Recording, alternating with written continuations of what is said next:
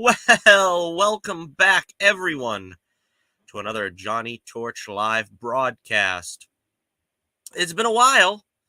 It has been a while. This is broadcast number 255. Wow, we are getting up there. We are going places. And this is going to be Torch News Roundup number 210. And it has been so long that we have done one of these shows that I forget how to get the video off the screen.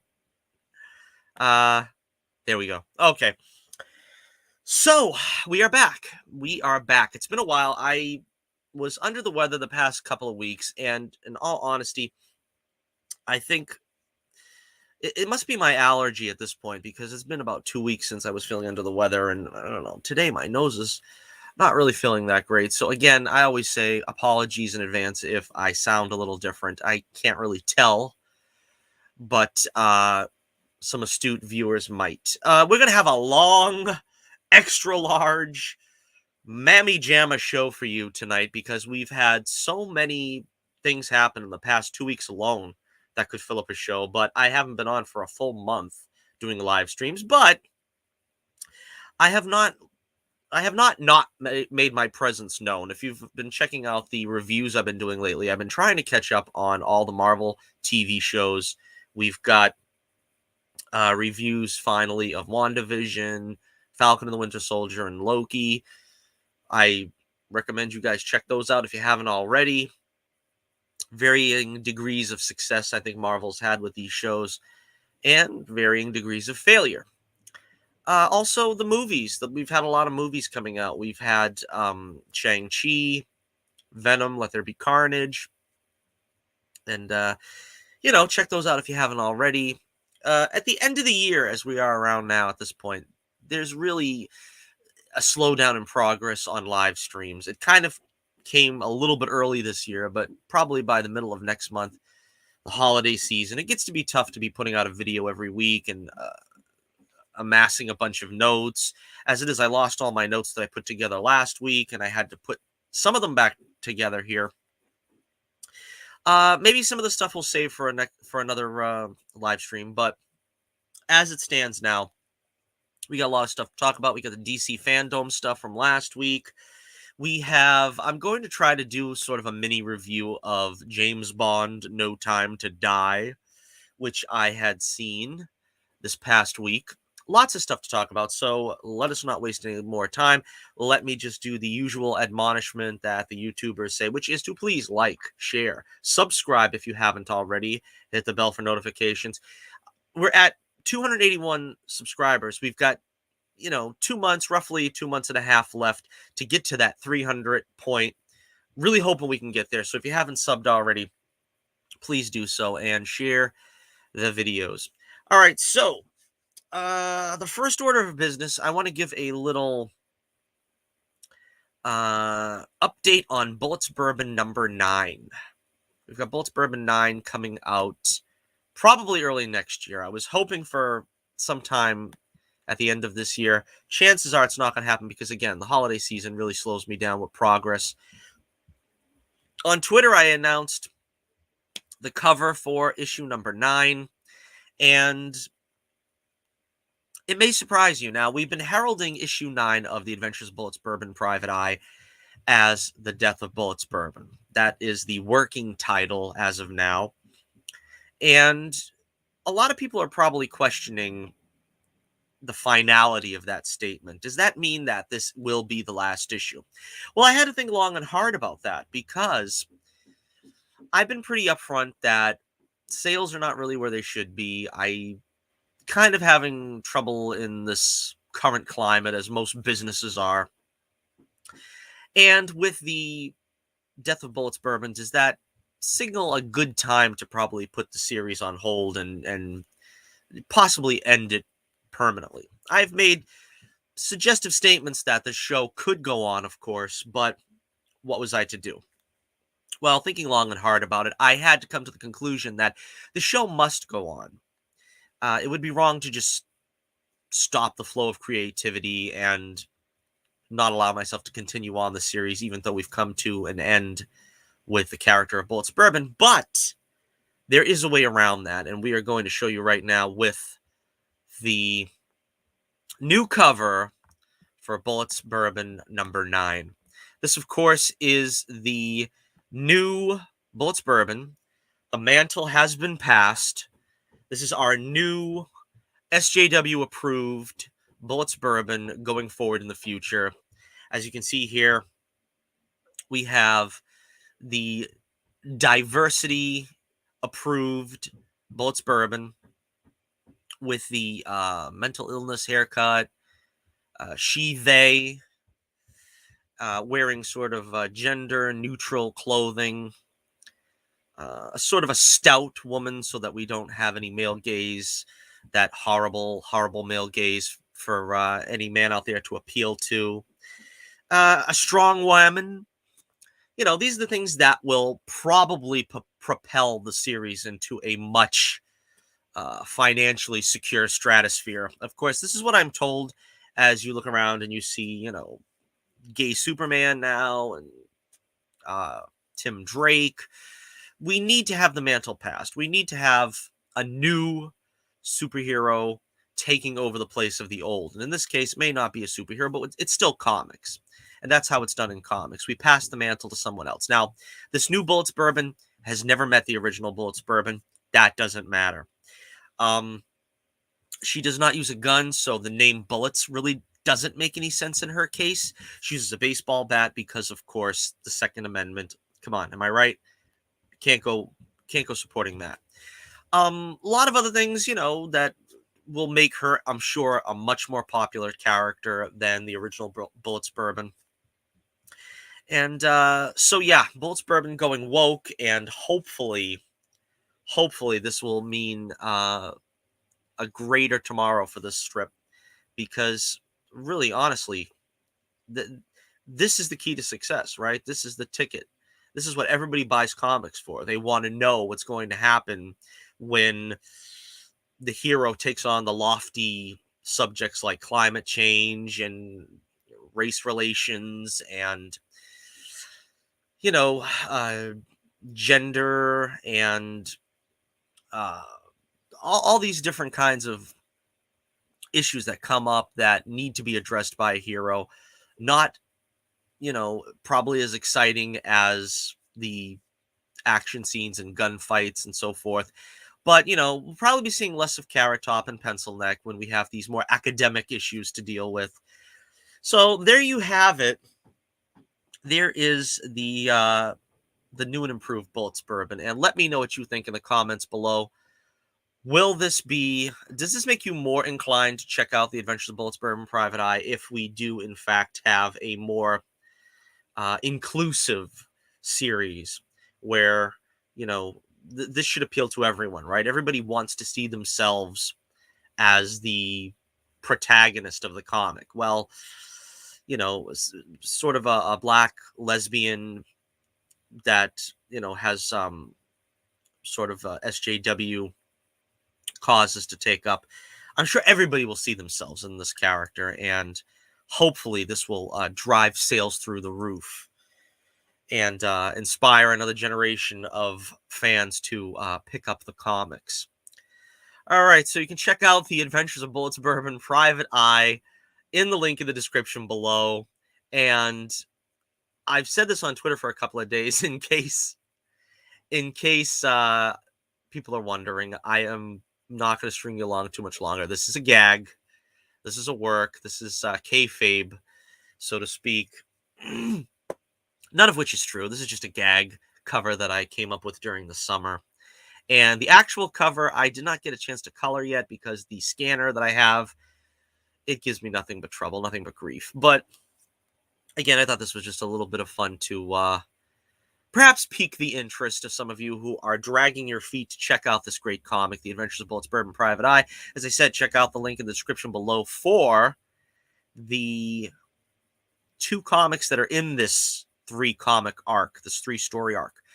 Family Jewels, Temptation Eyes, and of course, soon to be released, The Death of Bullets Bourbon. What does this mean for the future of the Bullets Bourbon franchise? Does it mean there'll be a mantle passed? Well, you'll just have to wait and see. I'm trying to be a little cagey about this. Everybody knows my feelings on the death of heroes. We'll talk about that more later, I'm sure. But check out the Adventures of Bullets Bourbon Private Eye. Link in the description below to the website, and you can also find my link to my Twitter page, where you can play along with some of these fantastic jokes there. All right, so we shall carry on, and we will get on to some of the more main topics of what we call the Torch News Roundup. We're going on our 6th year, I believe, on YouTube. I was looking back at some of my old videos. Now that we're like 255 live broadcasts in and 210 Torch News Roundups, man, we have been going strong for like 6 years now. So hopefully you've been there with us for a while. Hopefully, if you've just joined us, you'll enjoy being with us for the next 6 years. I believe I started in either late September or early October doing videos 6 years ago. So it's kind of the anniversary right about now. And again, we've gone through different changes, various styles. I tried to do a lot more reviews when I first started out because I was a little timid. And you can tell, I think a lot of people are like this when you start doing YouTube. You speak softly, and it's like, we're going to now discuss the 1935 classic, and you gotta get more comfortable in your own skin. And so some of those early videos are fun to listen to. I mean, I'm not embarrassed by them or anything, because that's kind of where you are at that point. And then when you grow into the role a little bit more and you start doing live streams, again, it helps me when I have a lot of structure. Some of my early live streams, of course, were also a lot more seat of the pants, and you just turn on the camera and just let it go wherever it takes you. I try to be a little more structured than that. But again, it's been a lot of fun, and just taking about 50 seconds here just to reminisce. And again, like I said on Twitter, I used to do the horror movie reviews, classic horror, during the month of October. I did that for like the first 2 or 3 years, and then I started having difficulty, and then a lot of my focus started shifting towards doing the comics full time. I'm trying to do the comic full time. I don't have as much time to edit videos, and I'm trying to make them as simplistically as possible while still making them as high quality as possible. So again, no time for that right now, but I'm trying to get back into the swing of things, of doing more reviews.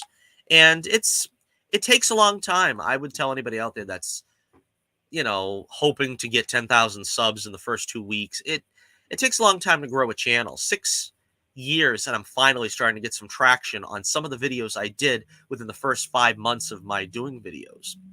So again, don't expect a huge following or outpouring of support necessarily when you first start.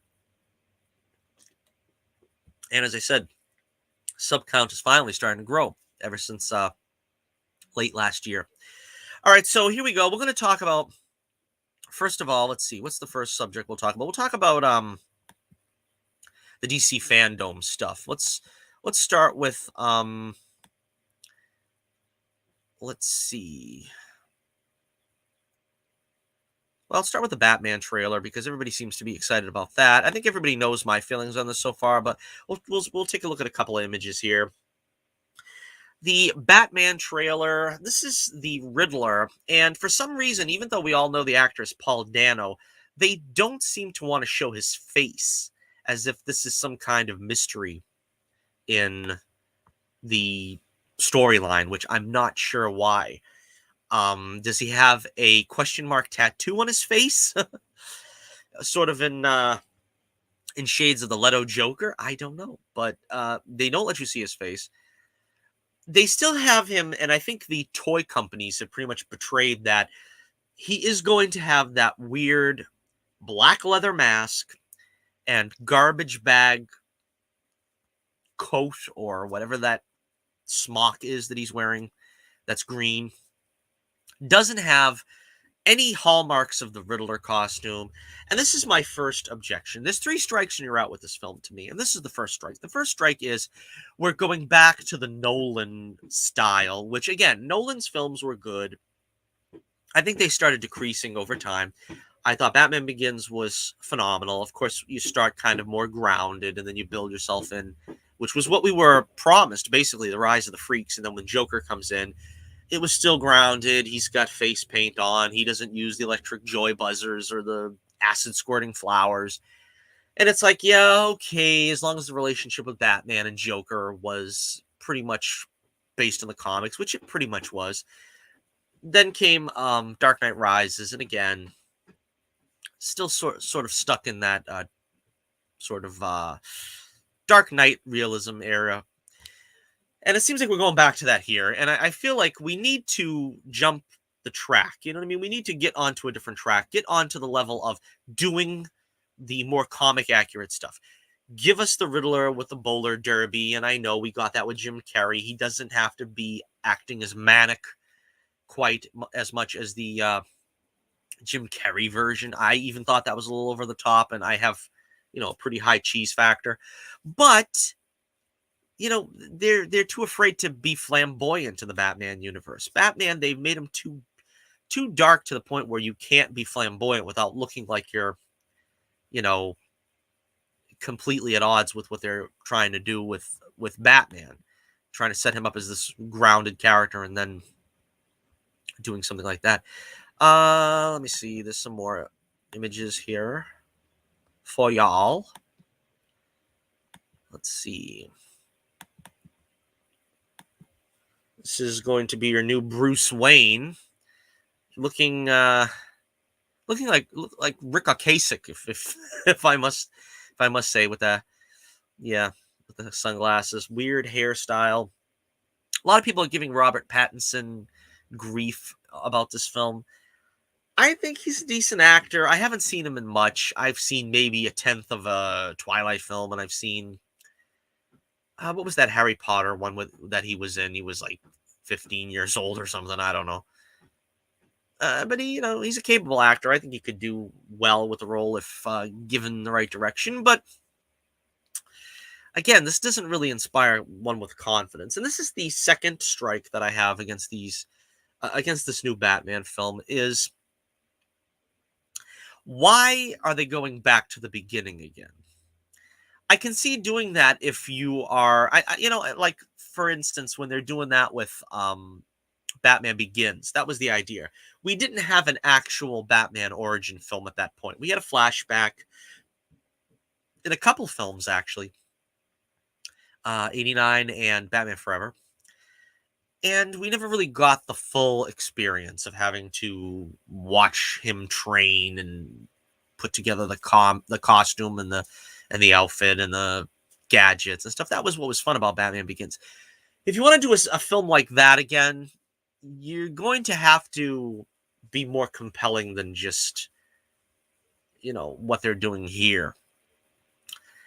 This is not really an origin picture. I suppose it's more of like a year one. But the fact remains, they keep going back to the beginning. I'm still waiting to see at least one Robin. At this point, we should have Nightwing, at least one Robin, and Batgirl in the Batman universe. And we're still going back to year one. And it just seems to me to be a waste of time when we could be doing so many other things with Batman, because he has a huge Bat family, I guess, in lieu of other terms. I mean, he has a roster of helpmates and partners and so forth. I have to admit, I do like the costume. I think this is a very good look for Batman. I think, as is the usual sin that the costume department has, is that the ears are a little too short, a little subdued. I don't think they need to be like 6 inches, but they keep making them about 3 inches, and it feels like they could be going a little bit higher, because like in a shot like this, they're completely disappeared. You can't see them. They're so tiny and minute looking that they don't really give you the look of a Batman. But I love this cowl. This mask looks great. It looks like the original Kane design, kind of, from the Adam West Batman, that early golden to silver age Batman look. That's a great costume. I think that's a great cowl. So no problems there.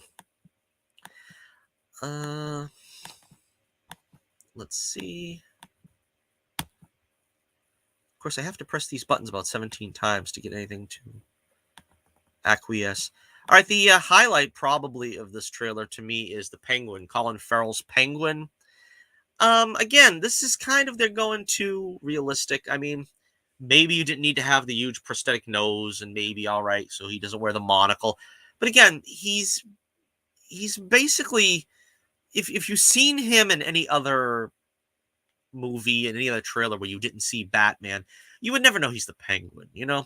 He should be dressing with a tuxedo. He should be wearing the top hat. Should be having the cigar holder. That is part and parcel of the Penguin. That is what the Penguin is. He's supposed to be the classy gentleman. He sees himself above the riffraff. This Penguin, he seems like the riffraff. You know what I mean? He seems to be quite blending in with the riffraff.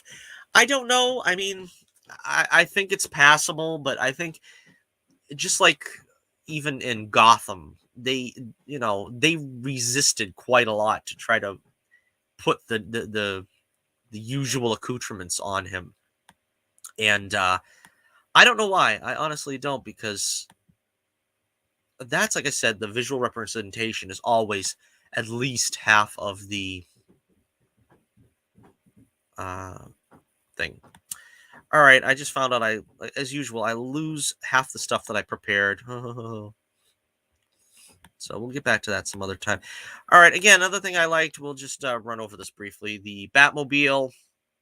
I still think this is a cool Batmobile. I think it needs to be, sort of customized. I want to see a bat symbol on it. I want to see bat wings in the back or something. But again, I really like the look of this Batmobile. I never liked the overly large tank looking type things with the long reach, the stretched out front. Not crazy about that. The beverage of choice today, of course, is also iced tea. Not the wrapper iced tea, just the Lipton iced tea variety. And I've got so many photos up here. It's going to be impossible for me to get these in order. And this is the third strike. Zoe Kravitz, of course, playing Selena Kyle. Again, I don't really want to go off on a tangent again, but the third strike is race-changing characters. They're race-changing Commissioner Gordon, which would vis-a-vis race-change Barbara Gordon, which were race-changing Catwoman. And again, as I just said, the visual representation is half of the enjoyment. I don't care what anybody says. Even if you're not woke and you just say, well, this doesn't really matter to me that much. I don't care who, somebody said in the, on Twitter to me, well, Zoe Kravitz is hot, so it really doesn't matter. Well, it does matter, because it doesn't matter how hot somebody is. She can play another character that she would be more appropriate for and bring her hotness to that. That is kind of the point. You know what I mean? It's not to say, she should never work in a comic book movie.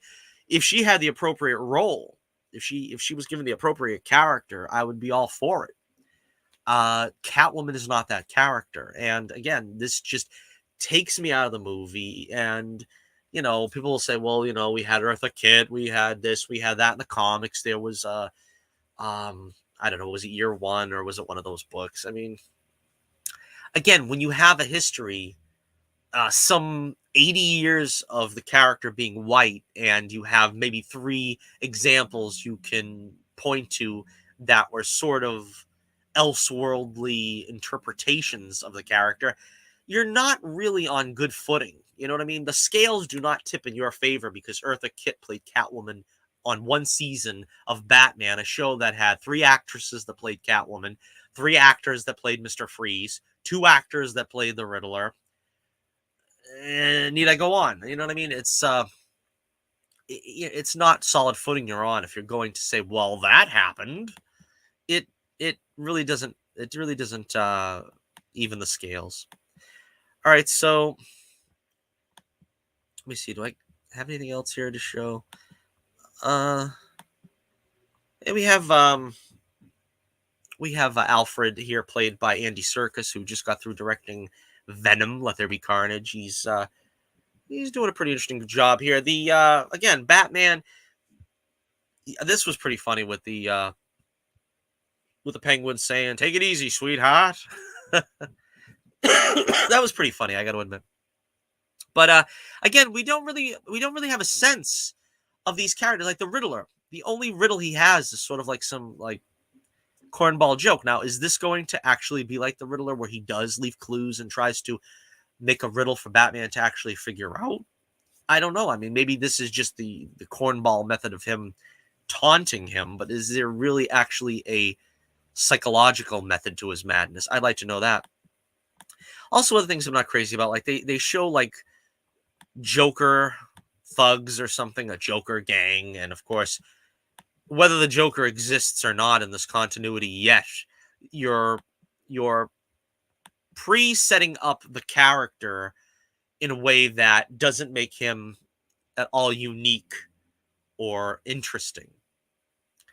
So I don't know. Look at the daggers on her with those claws. Gosh, I they seem so phony. I hope she has actual gloves or something that.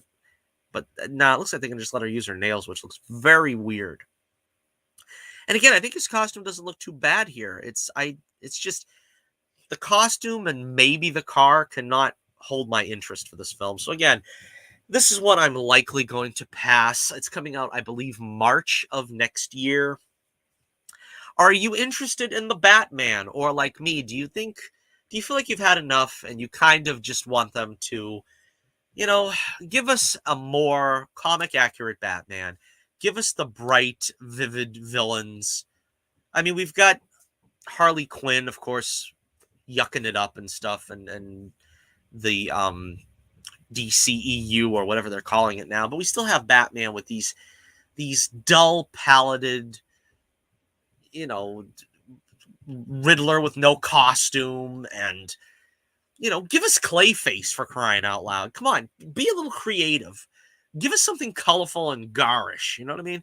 Give us a Joker who's really a real showman. You know what I mean? Give us a Riddler who's a showman. That's the thing about Batman's villains. They're all showmen, really. They're trying to show off. The Penguin, the Riddler, Joker. They're all like that. And this is really blasé, in my opinion. And again, stop race changing the characters, and the visual of the characters, the look of the characters. That's half the struggle right there. Once you've got that visual locked in, once they look like the character, then you can get me to go anywhere. I'll follow you anywhere. But they have to look like the comic. They have to. And like I said, don't give me some obscure comic and say, see, this is one panel of Spider-Man number 318 from, 1994, and this is what it looks like. Well, no. The character existed, in some cases, upwards of 80 years. You can't take one panel, one comic, even one arc that lasted like maybe 6 months and say this is what the default look of the character should be. No, that doesn't work. All right, so not too thrilled with the Batman, and I'm still not too thrilled with the Batman. You know what I am thrilled with, though? The Batman. We're going to talk about the Flash movie now. This was pretty exciting. This was the highlight for me of DC Fandome. And I got to say, a lot of people, excuse me, a lot of people ragging on DC Fandome. I don't know, that they weren't happy with it or they weren't satisfied. This alone made it worth watching for me. Seeing the Flash trailer. Ezra Miller, not the ideal Flash actor for me. That's fine. But again, if they give him something to work with, maybe, just maybe he'll again, I liked Justice League, the Whedon version. I haven't seen the other version. So, they can point him in the right direction and try to tighten him up in his own movie. Maybe it'll work out. This is the Batman. This is Michael Keaton, and you hear his voice in this trailer. You hear him like narrating to the Flash. And this is like, I guess, the first time he's met either this universe's Barry or maybe this is the first time he ever met another superhero. It sounds interesting that he's like questioning him on his abilities. And of course, this is a costume for you. This is a cowl. This has got the right kind of bat ears. This is the last time we really had an exciting Batman costume, if I'm being honest. I mean, Batman Begins was, I mean, you know, the Dark Knight franchise was great costume wise, but the ears still weren't that great. You still didn't have that great presence of that massive cape and everything. And so this one comes out, I believe, next year. I don't have the copy because, like I said, I lost most of my copy when I last week was putting down all the notes, and then of course, the computer crashed. But I believe this is coming out next year, and we're gonna party like it's 1989. That's all I can say. Next year, this is gonna be really exciting because those of us, especially that were brought up with the Burton films, I'm not crazy about the Burton films, and I've made no bones about that. I don't like Batman that kills. I don't like having the Joker kill the Waynes. I don't like Vicky Vale just waltzing into the Batcave. I mean, these are all things that people complained about back then. The purists like myself at least complained about. But you still had to hand it to Michael Keaton for playing an awesome Batman. And you know, and he did a good Bruce Wayne too. But I mean, I think he didn't nail down Bruce Wayne until probably the second movie, until Batman Returns. That's why I think in some ways Batman Returns is the better film. I hate what they did with the Penguin and the crazy garish makeup and everything, but I think he was more comfortable in the role, Michael Keaton, in that one. So they're showing the ring here, the Flash ring. There's a lot of stuff that they gave us a glimpse of here, and Ezra Miller prefaced this by saying that they didn't have enough material for a trailer. They couldn't show much, but they really did show quite a bit. This, of course, is the gag of the Batmobile. It's going to be the actual same Batmobile from the '89 film, and this guy got the same haircut as Bruce Wayne in the Batman trailer. This, I believe, is the. I'm guessing. I'm not sure. This is the Batman '89 universe version of the Flash, I think, because it's still Ezra Miller, but he's not the Ezra Miller from the current timeline. And a lot has been made of the mask, the cowl, or whatever you want to call this. And I don't know. I mean, I don't have a problem. I think this costume looks great. The mask does look a little weird in this shot, but this is the only shot we have to go by. And I think people need to calm down and relax a little bit because you've got Ezra making a weird face here. He's apparently looking at the Batman costume, I think. Keaton's Batman costume.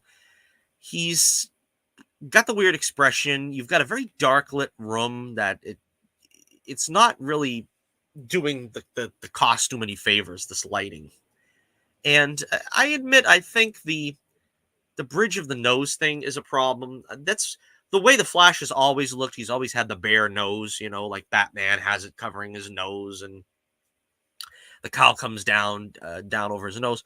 The Flash isn't like that, so I'm going to give them points for it being accurate.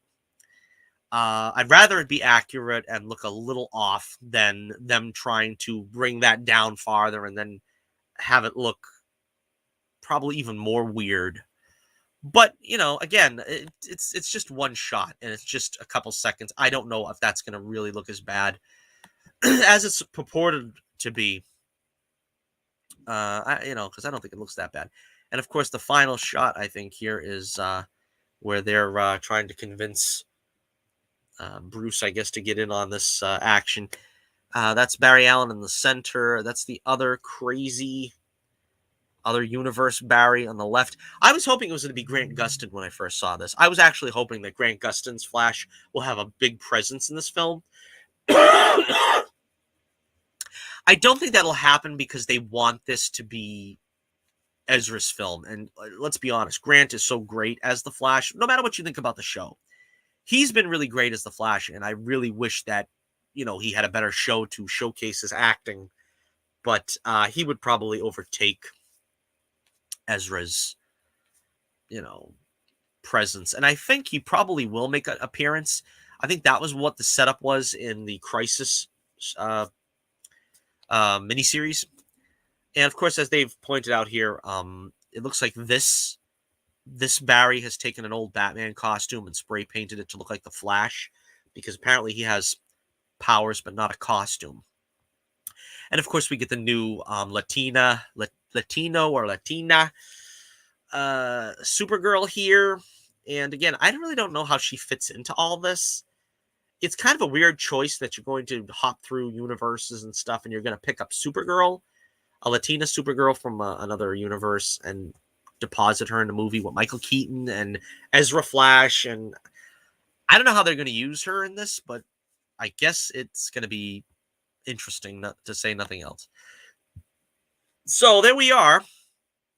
The Flash, I believe this one's coming out next year. As I said, I don't have the copy anymore, but this should be interesting. It should be interesting, and we should see what's going on there. All right, so let's see. There was also some stuff. These are more minor bits, but we'll talk about them in the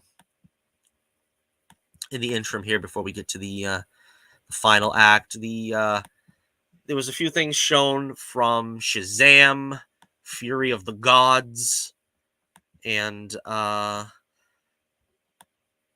they showed Lucy Liu and Helen Mirren as the I don't know, the Sisters of Hephaestus or whatever, something, I don't know.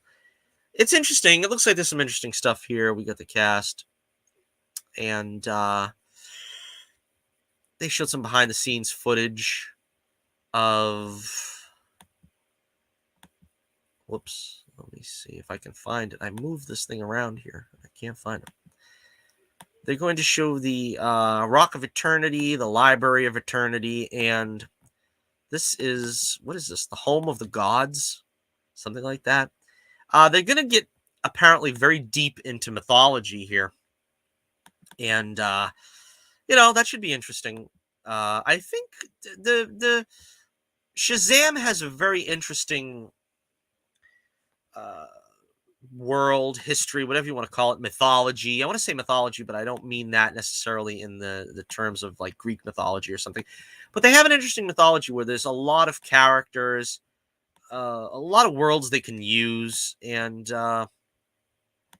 again, I'm not sure exactly, where this is going, but, it looks interesting. Looks interesting enough. So there it is. Shazam, Fury of the Gods. Coming out, I believe that one's in 2023. We also got a sneak peek of, let's see, Aquaman. Aquaman 2, well, what is the name of this one? This one I forget. War under Atlantis or something. I can't remember. Like I said, I lost all those notes, and I had to go trying to pick up all the notes. Thankfully, I didn't lose the images. This is Aquaman, Jason Momoa in his stealth costume, I believe. Probably riding a seahorse. I don't like the costume. I think that's what the strong point of the first movie was that they were slavishly trying to keep the look of the original. I guess this is one of those things where they're just trying to give him a different look, up the stakes. He needs a stealth costume and, sort of, I don't want to say to sell toys, but, you want to market it with something different and say, hey, we're doing bigger and better things now, He's still not blonde, really, and it doesn't look like he's gotten any more blonde in that scene. They could actually, I think what they could really do that would be cute, this would really be adorable. They can make him blonde and say that there's some kind of reason for it. You know how, like, what's her name? Rogue got the white streak in her hair, and nobody really had any idea that was, like, caused. They thought she was just born with a white streak in her hair in the comics.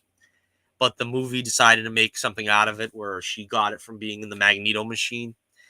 I think you could do that with Aquaman. You just say that he gets put in some kind of weird predicament where his hair gets blonder. The powers of Atlantis flow through him at a mighty clip. I don't know, but I would do it. Go the full 9 yards. They're not afraid to go the full 9 yards with Black Manta. Look at this costume. Hee hee! This came right off the page. It's beautiful. I love what they did in the first movie with Black Manta. I think he looks even better here. This is just amazing, and I can't wait to see this movie. I'm really looking forward to this movie, and I'll tell you what. A lot of people got their knickers in a twist and are swearing they're never going to see this movie, and it's all because of, yeah. She's got her hair up with these little cubes, I guess because they're going to give her the flowing hair. But yeah, she's still wearing the same outfit. And she's going to punch something, it looks like here. Again, I am not one of those types that believe in canceling people and boycotting. This is a sad situation, but it's between her and Johnny Depp. The only thing that makes this more, sad, this makes it more aggravating, this makes it more frustrating, is that Johnny Depp is still canceled by Hollywood. And I think that's what's got a lot of people got their knickers in a twist, so to speak, because he should be doing Pirates, 6, and The Invisible Man, or whatever the heck else he was going to do before his career was put on hold because of this domestic violence dispute. And like I said, I am not for cancel culture in any way. The evidence seems to suggest that she's at fault here. But again, I don't really feel that that's something that I need involve myself into, that she should never work again. And, taking her away from a great franchise like this. But, it's one of those things like 2 wrongs don't make a right. But in the same sense, I realize people's frustration over this. Sad, but, the show must go on, and I wouldn't want to see her lose this role, just like I wouldn't want to see Johnny Depp lose any of the roles I mentioned. But again, this is kind of a sad situation for a lot of people not wanting to support the movie because of this. And I can't remember her name. If you notice, I'm trying to tastefully not say her name.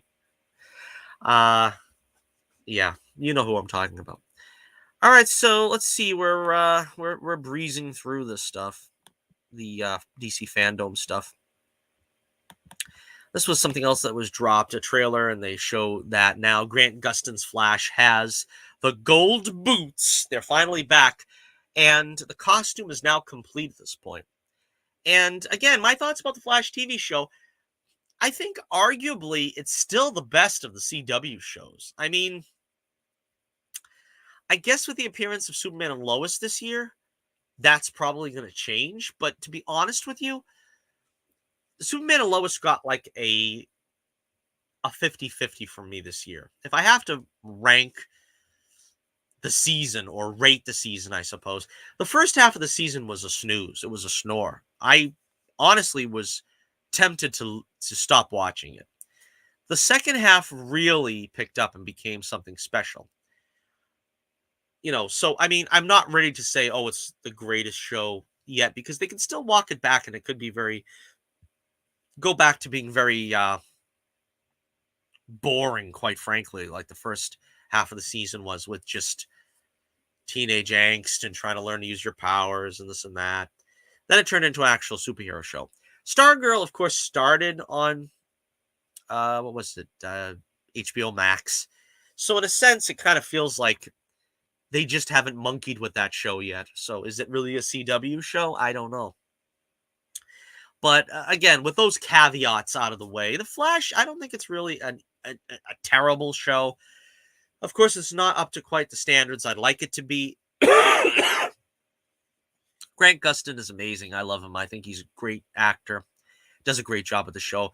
I'm only sad that the show looks like it's probably going to be winding down. I mean, this might not be the last season because they're not really heralding it as the last season. But it's season 8 now, I think? And we've got a lot of them falling by the wayside. Arrow finished last year.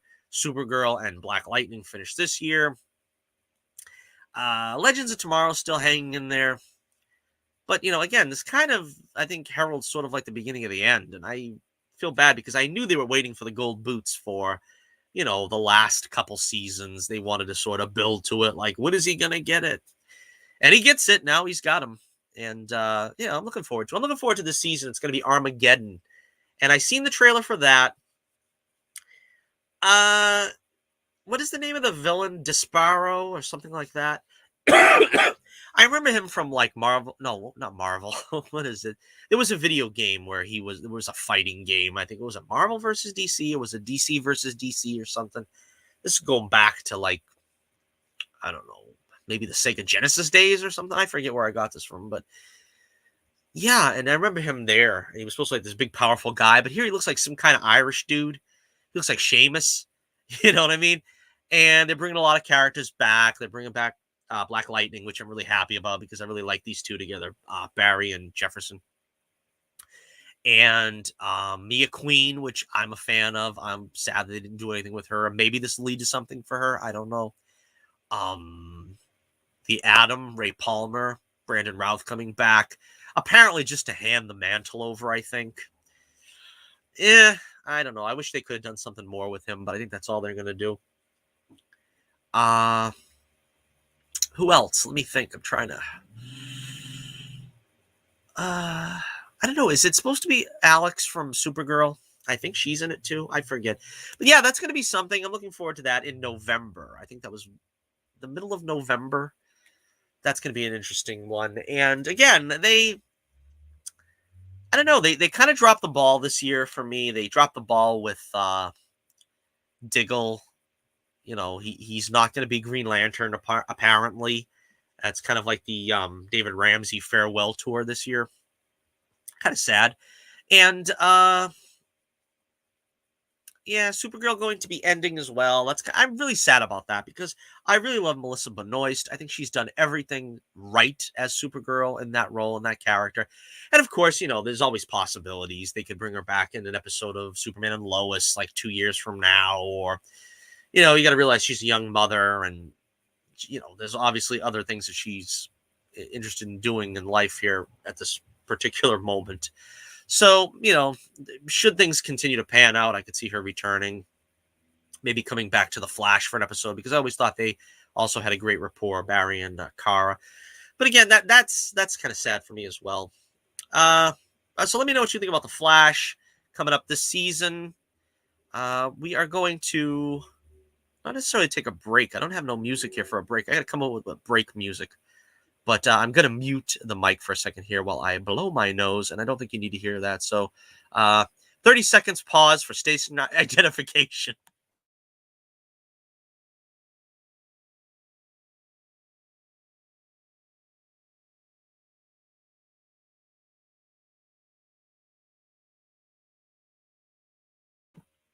All right, we are back, and apparently that worked, I think. All right, so let's see. What else do we have in store? We got also the Black Adam trailer, or whatever you want to call it, a teaser, a glimpse, a something or other, I don't know, but a little behind the scenes action as well. I think I'm really excited. The thing I'm most excited about this film for is to see Pierce Brosnan as Dr. Fate. I mean, if that wasn't perfect casting, I don't know what is. And they could really, and I hope they do, spin him off into something, either his own film, or even if they just do a JSA or some kind of group team-up film or something. He would be fantastic in that. I think that's going to be great. But Dwayne "The Rock" Johnson, of course, stepping into the role of Black Adam. It took them forever to get this movie off the ground. And he's said as much, I think, in his prologue. He's saying that, they're taking this seriously and they're trying to do a good job of it. And apparently somebody breaks Black Adam out of his centuries-old slumber, and he comes out and sort of, kills a bunch of mercenaries or some people here that are sort of tomb raiding. And, yeah, it was good. It was just a glimpse. It was just a peek. It was good. And there was some, production stills or whatever also. So yeah, very interesting. Looking forward to this one. This one again, I think also comes out in 2023, if I believe correctly. And again, I really want to see Black Adam go up against Shazam. I don't know if that's going to happen because they keep suggesting that, I think because Dwayne Johnson is such a big star, I think they're kind of afraid that Zachary Levi doesn't possess the star power to like go toe to toe with him, because he's playing a goofy 15-year-old or whatever he's supposed to be in the movie. And I think they're really trying to push to get him up against a Superman actor. But again, DC Fandome dropped the ball here. There was really a great opportunity for them to announce Henry Cavill coming back from Man of Steel 2 or some Superman project. I mean, even if he was guest starring in another film, I kind of feel there's two levels to this conversation. I think on the one hand, so long as Lois and Clark is on, or whatever it is, Superman and Lois, I think you're gonna have a hard time to see them doing a standalone Superman movie. It seems to be whenever there's going to be like a standalone movie, they won't let the other side do their thing on TV. And I know that's not a catch-all for everything, because The Flash is going on TV and they're making a movie, The Flash. But there's some cross-pollination there. There really isn't anything for Superman and Batman. Batman, they're keeping away like the plague. Superman, they're not announcing anything new. So I think the only time we'll see Superman, I don't want to say when Superman and Lois is canceled or ends or whatever, because that's literally going to be 10 years from now. I think Superman will only probably, if it's Henry Cavill, which I believe it's Henry Cavill, will probably be in some kind of group, or, not necessarily a Justice League situation, but Superman and Shazam, or Superman and the Justice Society, or, some kind of permutation where Superman comes back. It's very weird. I think the other level to it is also, I think they have Henry Cavill under contract still, because they seem to be playing hardball with each other. Henry Cavill has not said that he is completely done with the role of Superman. He keeps hinting that he's still locked into it. And the WB does not seem to be willing to say, we are cutting ties with Henry Cavill. We are not going to do another Superman movie with him ever again. There seems to be this like radio silence that they're just trying to continue to promote, that somehow they're either waiting out his contract and he's sort of like whistling in the dark thinking they're going to bring him back, or they have some kind of grand plan where, again, yes, after Shazam 3 and after Black Adam 2 or something like that, Black Adam 3 will have Black Adam versus Superman, something like that. I think those are the two options. Either they're just waiting out a contract that they have to squash, or they have some grand plan in mind to have Henry Cavill come back, probably against Black Adam. That's the only thing I can think of. So, I don't know. Let me know what you think about my thesis there. What do you think the situation is?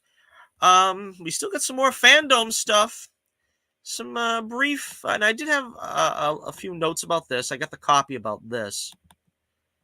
Let's see. Happy 80th birthday to Wonder Woman, and she looks great for 80 years old. She doesn't look a day over 23. Wonder Woman 3 is still in the works. I don't care what anybody says. I didn't hate Wonder Woman 84. I agree and understand wholeheartedly that it wasn't completely there. And, there was some problems. It reminds me, in a way, I think Venom 2, Venom Carnage, I think that one was even better put together than Wonder Woman 84, but I think it had the same problem in a sense, where they kind of like were committed to something, to an idea, a storyline, but then they didn't know what to do with it. That's what I said about Venom and Carnage. It was like, they had like, oh, Venom and Eddie are the odd couple, and they wrote that down in the treatment, and then they were like, we have no idea what to do with this. Just put it out there. And it probably needed a bunch of rewrites. And I think in the same manner, the same thing happened with Wonder Woman 1984, where they had a pretty good framework, but then they didn't really think through some things. Like, Steve coming back in somebody else's body. What does that mean? What are the moral and ethical ramifications? What about, you know, is Max Lord really a bad guy? What about all he's done? You know what I mean? They really didn't kind of nail down some of the aspects of that film where they probably could have, you know, really tightened up the script and said, all right, this is what this means. And, you know, similar things, I think, with Cheetah as well. Barbara and her, you know, her outlook and why she ended up going so far down the path. They could have done some stuff to tighten that up, but I still think it was a good movie, you know, middle of the road. It's not going to be a masterpiece on anybody's top 10 lists, but, you know, it's watchable. All right, so let's see the copy here. During DC Fandome, Wonder Woman director Patty Jenkins confirmed she's working on a third solo movie for Diana Prince during DC Fandome. And it was hinted that the original small screen Wonder Woman, Linda Carter, will indeed appear. Carter made a brief appearance in the mid-credit scene of Wonder Woman 84 as legendary warrior Astra, who was believed to have been killed when she sacrificed herself in order to allow her fellow Amazons to escape the tide of man and settle on the island of Themyscira. Neither Carter or Jenkins actually confirmed that the former will reprise the role for the third movie, but some pretty major hints were dropped. Jenkins said, "We're super excited about Wonder Woman 3. Gal, who is the busiest person in the world with now 3 little kids and shooting. She's so bummed not to come and be here. But we are all 3 very excited about some exciting things coming up with Wonder Woman 3. Carter then added, "Who would have thought in my life at this time in my life that this gift would just present itself to me, and that's so cool." So again, the consensus, the common thought here is that, yes, indeed, Linda Carter will be back in Wonder Woman 3. And it's been a long time coming. I mean, the post-credit scene in Wonder Woman 2, everybody wanted to see Linda Carter have some kind of role in this. And it's interesting to see what they came up with, because, I mean, some kind of suggested maybe at the beginning she'd be Hippolyta. Then I think they kind of figured, well, that's kind of too much of a role with too much gravitas. And, you know, they wanted to give her something a little more special, a little more out there. But, yeah, I don't really see what they do going forward. I don't have no idea what the Wonder Woman 3 will be about. I always knew they'd be a Wonder Woman 3. I mean, a lot of people are acting like, oh, I don't know, is there going to be another Wonder Woman movie in the franchise? Of course there's going to be. They got 3 movies. Everybody probably locked down for 3 movies. You got Gal Gadot, who's, you know, one of the most popular actresses out there. Got a great character in Wonder Woman. You've got, you know, a popular director.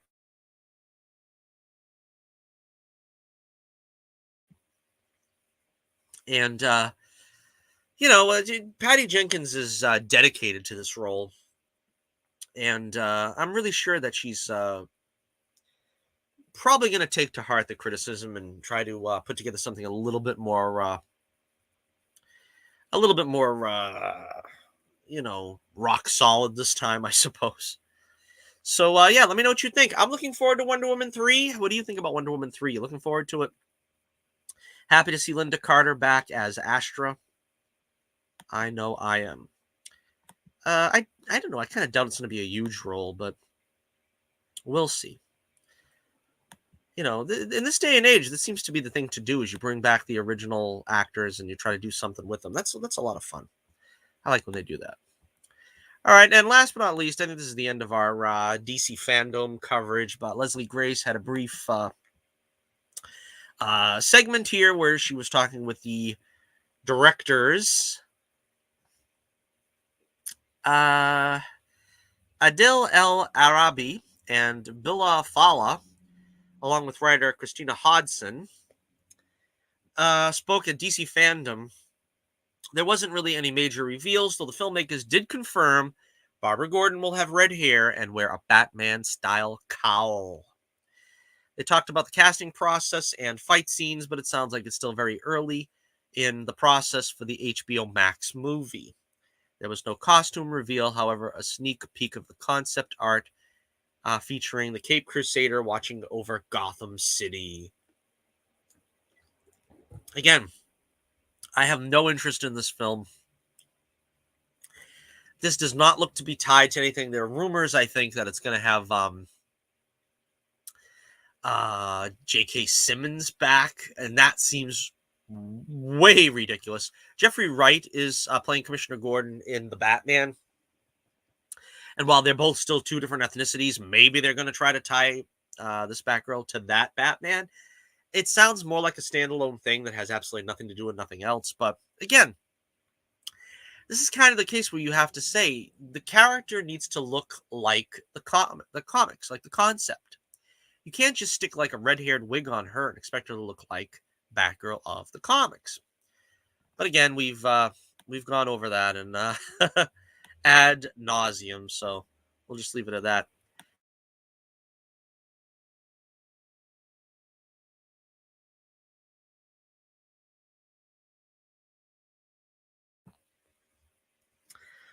We're at the 1 hour mark, and I am having to remute the mic several times now. So let's see. I don't know if I'm gonna have to close the show a little earlier than I was planning. But again, I don't know. After 2 weeks, I still kind of feel, I don't know if it's my allergy. But soldier on we shall for a few more moments at least. Let's take a look at this next story that came out. Not so much a story, but we've got the trailer for Hawkeye. This is the second trailer. Confirming that Linda Cardellini is back as Mrs. Martin, which some people thought was in doubt. I didn't think so at all, but they don't show too much more here. No grand surprises. You know, we didn't see Florence Pugh. We didn't see who's supposed to be the villain in the piece. I'm not sure. Is it supposed to be a villain reveal pretty soon?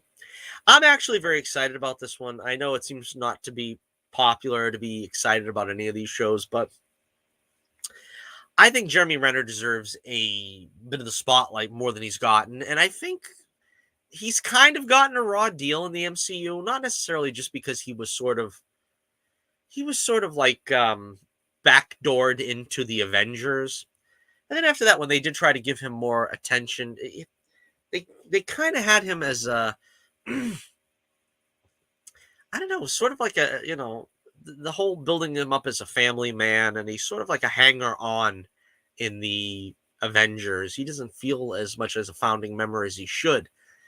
And then with the end game, that being what it is, I don't know. I think they owe it to him. They need to make it up to him, Hawkeye. I think this looks like a pretty good show.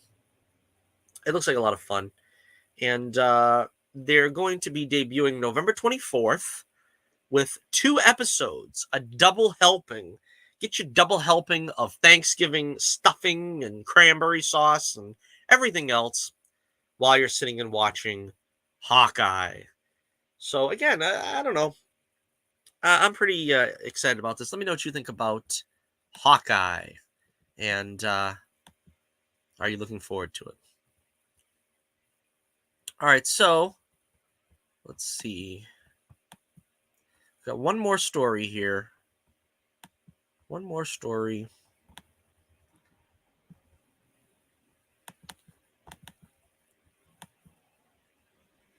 It was just revealed yesterday, and this kind of surprised me. I don't know, maybe it shouldn't, but Hayden Christensen, Anakin Skywalker / Darth Vader, has signed on to play Anakin Darth Vader for a Ahsoka Tano series on Disney Plus. This is very interesting. I'm not sure exactly what to make of this because, like most of the prequel actors, Hayden Christensen was really ragged on really, really roughly during the years of the prequels and, immediately after. But I always liked him. I thought he was great as Anakin. And what I mean is, I don't think the fandom dislikes him.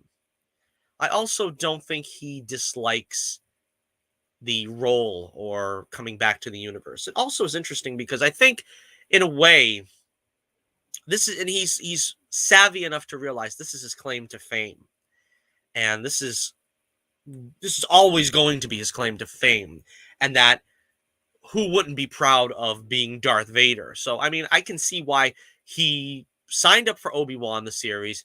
He's going to sign up to Ahsoka. He could make a career of playing Darth Vader. I've been saying all along since I think Rogue One, they really need to make the Darth Vader Purge movie that everybody wanted, that you had a lot of people complaining about during the prequel era. He's just Darth Vader for the last 5 minutes. In Revenge of the Sith, he's only in it for 5 minutes. They want to see him stalking up and down, killing Jedi left and right, and this and that. And that's fine. You can have that in a movie. That wasn't the movie that George Lucas was making, but you can still have that movie. And then when we got like 5 minutes of him at the end of Rogue One, once again, we kind of got that feeling of, he's only in the movie for 5 minutes. Why isn't he killing the Jedi? Well, you can make that movie now, especially with Hayden Christensen in the role. Now, again, my only concern about all these appearances of Hayden as Darth Vader, does this mean there's going to be flashbacks? Because basically, you don't need an actor to play Darth Vader. We learned that with David Prowse. That's to take nothing away from David Prowse, but I mean, you're not supposed to take the helmet off of Vader. That is a cardinal sin. If they are going to make Hayden Vader and have him maskless, it is going to have to be very rarely, and it is going to have to be with him in costume with the bald head and the scratched face and whatever. They cannot have him walking around with the mask off. Battle damage, maybe you can get away with once. I don't see them having him with the mask off repeatedly. So, again, this is going to be problematic, I think. But I mean, I don't have a problem with, Hayden in the role. I have a problem with how many times are they going to unmask him to prove to us that Hayden is in the role. Again, all these projects also, we don't hear James Earl Jones being in it. But again, I don't know. If they do flashbacks, that's great. But then again, of course, Hayden is like 20 years older now than he was when he did, Attack of the Clones. He's what, like 15 years older maybe than when he did when was Revenge of the Sith? 2005, I think. So yeah, it's kind of hard to try to pass him off as, there's age-defying techniques, I suppose, with the camera, with the CGI and stuff. So, all right, the copy says, the Hollywood Reporter reports that Christensen has signed on to appear in the Mandalorian spin-off Ahsoka, which will focus on Rosario Dawson's fan-favorite Force wielder. Like The Mandalorian, Ahsoka will be set after the events of Return of the Jedi, which means Vader is already dead by that point in the timeline. This has led to speculation that Christensen may show up as a Force ghost, but flashbacks are also a possibility. As any fan of the animated side of the galaxy will no doubt be aware, Ahsoka Tano and Anakin have a lot of history, with the once heroic Jedi taking the young Torgotua, whatever her species is, as his Padawan in the early days of the Clone Wars. The two would come face to face again as adversaries in Star Wars Rebels for an epic battle that ended with Ahsoka's apparent demise. Yeah, I missed the last season of Rebels, and I'm really not in any hurry to go back and watch it, but I guess, yeah, there was something about that. I remember something about that he finally killed her or something. So let me know what you think about Star Wars going forward with Hayden Christensen and Ahsoka Tano in the Rosario Dawson series, or a mini series, I guess it is, of Ahsoka. And that is the end of the show. Okay, so thank you for joining us here for the Torch News Roundup, the Johnny Torch live program. We will try to bring you another live program soon. Again, I'll try to do that Bond video review of No Time to Die. Try to do it tomorrow. We'll see what happens, but I would really like to do that. And we'll see you again soon. So until next we meet, this is Johnny Torch reminding you once again, keep the flame burning brightly, and I'll be with you again real soon.